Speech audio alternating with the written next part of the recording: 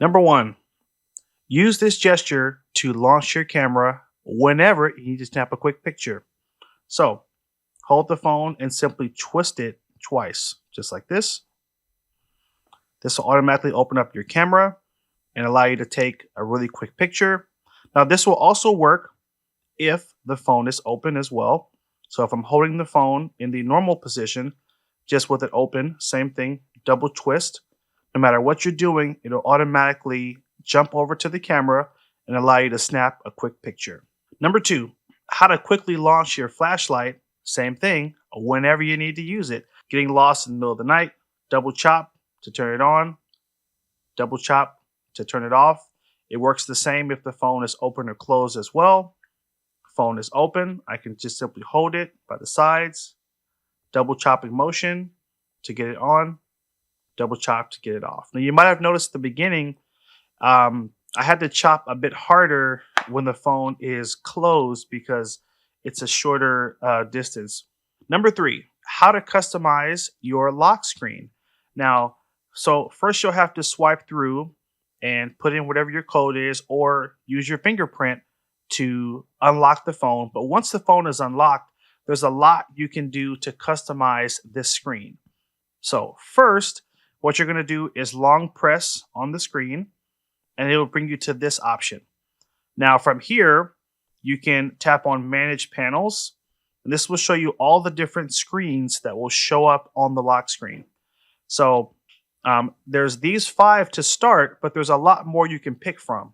If you tap on the plus in the corner here, here are some of the other cool options you have. Now, one of the ones that I love is the stock.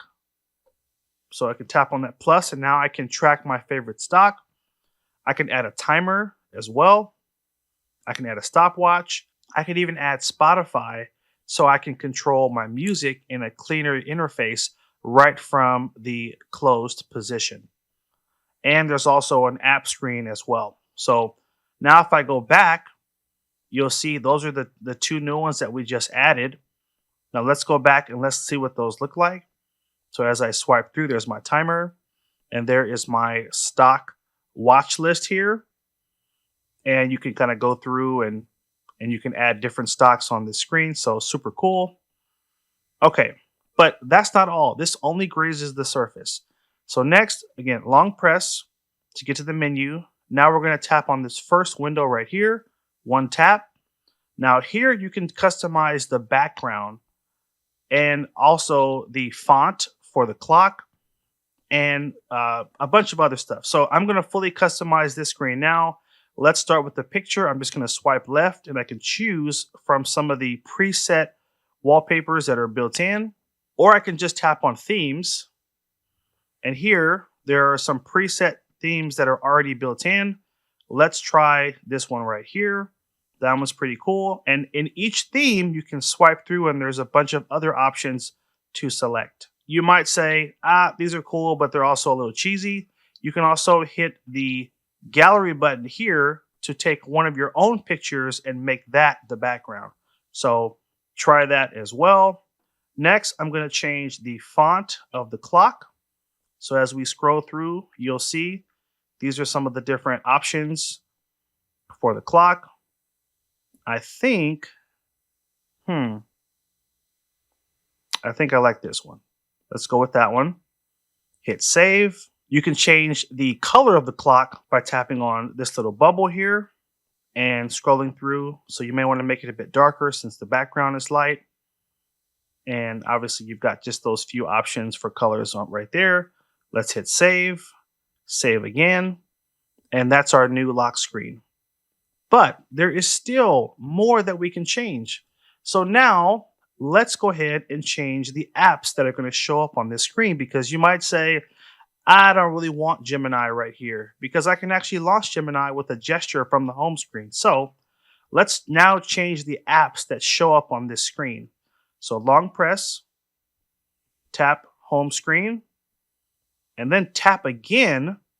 And when you tap that last time, it'll bring up the 4 apps that are currently selected, and then it will allow you to go through and change them. So let's get rid of Gemini and get rid of Google Photos.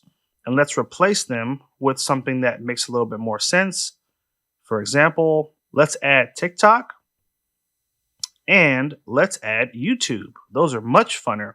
And since we learned how to launch the camera, why would we want the camera to be on that screen? We can just launch that with a gesture. Let's change that as well. And let's add YouTube music.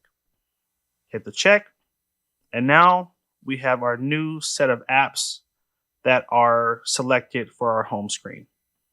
So that's a brief rundown of how to customize that outer screen to just make it a little bit more funner and, again, more personalized to the apps that you use versus the stock default apps. Now, so far, if you're getting value out of this video, take a minute, stop, bump that like button down below. It costs you nothing, but that little gesture will help to push this video out to more people, as YouTube will see that you like it and they'll try to push it out to more people. Now, I just want to show you one cool accessory that I love to use with this phone. Since this phone is so light and thin and compact, sometimes I'll wake up and I'll have forgotten to charge my phone. So I always keep this little Anker Nano charger handy. Really inexpensive and super powerful. It just pops right in to the bottom of your phone.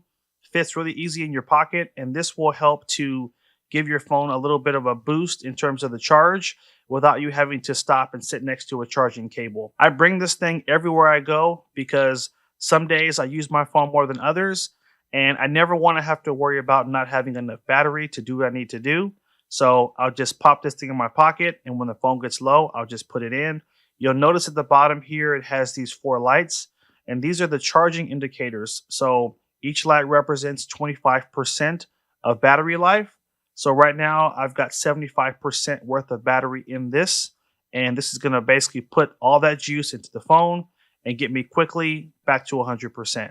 So I'll link this on screen right here in case you want to pick up one of these. Definitely a game changer. For our next tip, I want to show you how to show the battery percentage on your home screen. So right now, I can see my battery in the upper right corner, but I don't know quite how much battery I have. Now, if I swipe down, it will show me, but you have to swipe down in order to see the percentage. However, if you make this small tweak in the settings, it will always show you the percentage on the home screen. So let's swipe up and let's go to the settings. And from here, we're going to go to display, swipe down to battery, and then swipe up and go to battery percentage. And now it's going to always show our battery percentage in the status bar. So here we're on the home screen, and now I can see I have 96% of battery left. It's a small tweak, but I guarantee you it's going to make all the difference, because sometimes we think we have more battery than we do. And guess what? You never want to get caught with your battery being super low and you not having been able to have charged it. Hint why this thing is super cool as well. For our next tip, I want to show you a really, really important feature that most people don't even know about. This is called the emergency SOS mode. And in the event of an emergency, this feature could save your life, but you need to know about it and you need to have it set up. If not, it's not going to help you. So the way this feature works, you're simply going to press the power button 5 times to trigger the emergency SOS mode, just like this. 1, 2, 3, 4, 5. It's going to go into this mode. And here it says touch and hold for 3 seconds to start the feature. So it takes you to this screen, and you basically need to keep your finger on this circle for 3 seconds to basically automatically call 911. Now, this is one of many features that it will trigger once it's in this mode. Now, it works the same way if the phone is open. 1, 2, 3, 4, 5. This is what it looks like. Press and hold, and it will automatically call 911. Now, what else does it do? Great question. Let's tap on the settings wheel right here, and here you can see some of the other things you can enable. Now, again, this is super important. If you don't set this up, it's not going to fully work for you, and you really want to make sure this is set up. So, aside from calling 911, you can also share information with your emergency contacts. So let's turn this on. And right here, you'll need to sign into your Google account. So let's sign in right now. Now it's going to give us a tour. I'm just going to show you the tour on screen. So hit next. So find safety features. Okay, down here under features. View and manage your info down here. Gosh, that was anticlimactic. I thought it was going to show more. Let me show you the important things to focus on. Here's the first thing. If you have a special medical condition, for example, low blood sugar, you can put that information so that when you trigger the setting, it will show up on screen. Tap medical information, and here you can put in date of birth, blood type, height, weight, and then specific allergies, pregnancy status, medications, your address, medical notes. I'm allergic to penicillin, organ donor, yes, no. So guess what? If you have low blood sugar and you tend to faint because of it, that is something that you should have in this app, because when you trigger it, all that information is going to show up on the screen. So hopefully emergency medical personnel can see it and can treat you properly. Here's the next thing. You'll want to program in your emergency contacts. So you can add in multiple people so that when you trigger this feature, it'll automatically send them a text that tells them that you're in trouble and you need help. It will send them your GPS location, and it will send a picture and a voice clip of what's happening. It's very short, but it will send them hopefully enough information to be able to track you down. Now, emergency info access. Now, this one I'm not as familiar with. Let's take a look together. Show when locked, emergency info and contacts will be visible. First responders and people with access to your device can dial your emergency contacts.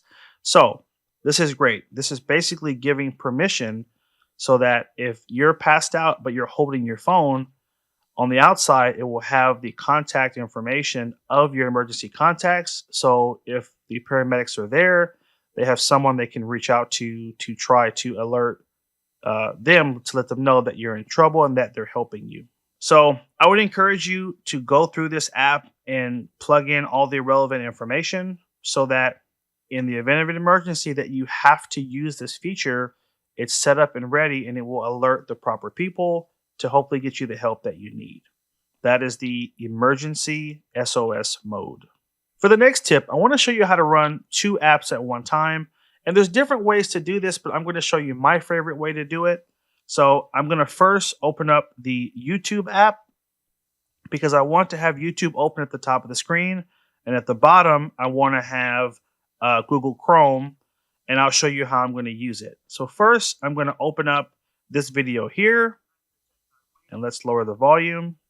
Now, I'm going to pause the video for now, hit the home button, and then I'm going to open up Chrome. Again, there's different ways to do this. This is how I like to do it. I'm going to open up the Amazon app. Let's hit the home button. Now, press the recent apps button in the bottom right corner. Swipe over to YouTube and tap on the YouTube icon at the top and go to split screen. Then swipe over and go to Chrome. And now it will split the 2 apps for you.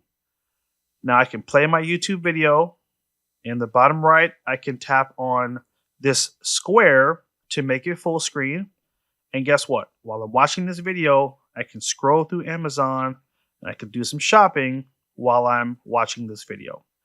I believe you can drag this up just a bit to give you a little bit more room on the bottom screen. And it works perfect because the YouTube app, it doesn't give you, there's all this wasted space with the bars. So full screen, I've got all this wasted bar space. I can drag this little bar, the white bar, up just a bit. And now I have more room to scroll through Amazon while I'm watching the video. Can also take the phone, I can rotate it. Now in the bottom corner, you have to tap on this button here to get it to finish the rotation. But now it's going to be in the landscape position. I can continue to scroll through Amazon while I watch this video. So super cool feature. And when you're done, simply take your finger and drag down on the white bar here like this, or swipe down, and that will take you out of the full screen. That is how you use 2 apps at one time. Now, some of you may already know this trick, but I'm going to show you anyway. It's on the same vein of multitasking. If I want to continue to watch this YouTube video and do something else, I'm going to basically play the video. So the video is playing, and I'm going to hit the home button. This will now shrink the video into a pop-up window that I can move around the screen while I continue to use the phone. Maybe you want to go to the Play Store because you want to download a new app. Feel free to do that. And while you're doing that, your video is still playing. You can move it over here. You can even move the video off the screen like this, and you can continue to hear it while you're using the screen for other things. So this is another way to multitask, especially if you don't need to look at the video at every second. You can enjoy using the full screen for a few minutes, and then you can simply just pull that video back over. You can also take the video and you can pinch to make that screen bigger and drop it down to the bottom of the screen or to the top. And when you're all done, simply tap on the video, pause it, and then hit the X to close it out, just like that. So now we know how to run 2 apps at one time, and that's 2 different ways to do it. Now, if you haven't done it already, if any of these tips were helpful or you've learned something that you didn't know before, show some love by hitting that like button down below. For the next tip, I want to show you how to add more apps to the cover screen. Now, we went over earlier how to customize this screen, and we picked these 4 apps as our main shortcuts. But maybe you want to access a lot more apps without opening the phone. There's a really easy way to do this. So first, you're going to long press on the home screen, go to Manage Panels, hit the plus, and make sure you add the Apps screen. Tap there, go back, go back. Now, when you swipe to the right, you'll get to your app screen because it's the last one in the list of tiles. And if you tap on the pencil in the upper right corner, now you can go through and add 8 more apps and have them as shortcuts for the home screen. Maybe you want to do your Gmail. You can do a quick glance to see if you have any new emails. Let's see. What else should we add? Maybe a fun game like solitaire. Your Google Wallet, because you can pay right from your phone while this phone is closed. And you can go through and just add more apps. Let's add Facebook, Calculator, Amazon Music, and Block Blast. Hit the checkbox to save it. Now you can also go to shortcuts and you can add some other features as well. Maybe you don't want to add an app, but maybe you want to add a shortcut to one of your favorite contacts. For example, maybe your mom, maybe your best friend, someone you call often. You can add their contact, and now you can set it so that you can just tap that person's contact to send them a text or call them. You can also add a shortcut to the dialer as well, which will make it easier for you to make calls while the phone is closed. And there's a bunch of other ones in here. Swipe through to see all the different shortcuts that you can add to that lock screen. Hit the check in the upper right corner to save it. And now, so this is actually cool. I thought at first it was only 8, but you can add more. So we have basically 9 things right now. So you can continue to add as many as you want, as far as I know. So that's pretty cool. You can have this separate screen with a list of the shortcuts that you would like to see and access from this closed screen. For the next tip, I want to show you how to launch your Gemini Assistant right from the lock screen. Now this you can do from the lock screen, or you can do it from the internal display as well. It's the same gesture. You're simply going to long press on the power button right here. It'll automatically launch Gemini, and then you can begin to ask it questions. Hey Gemini, when do the Lakers play again?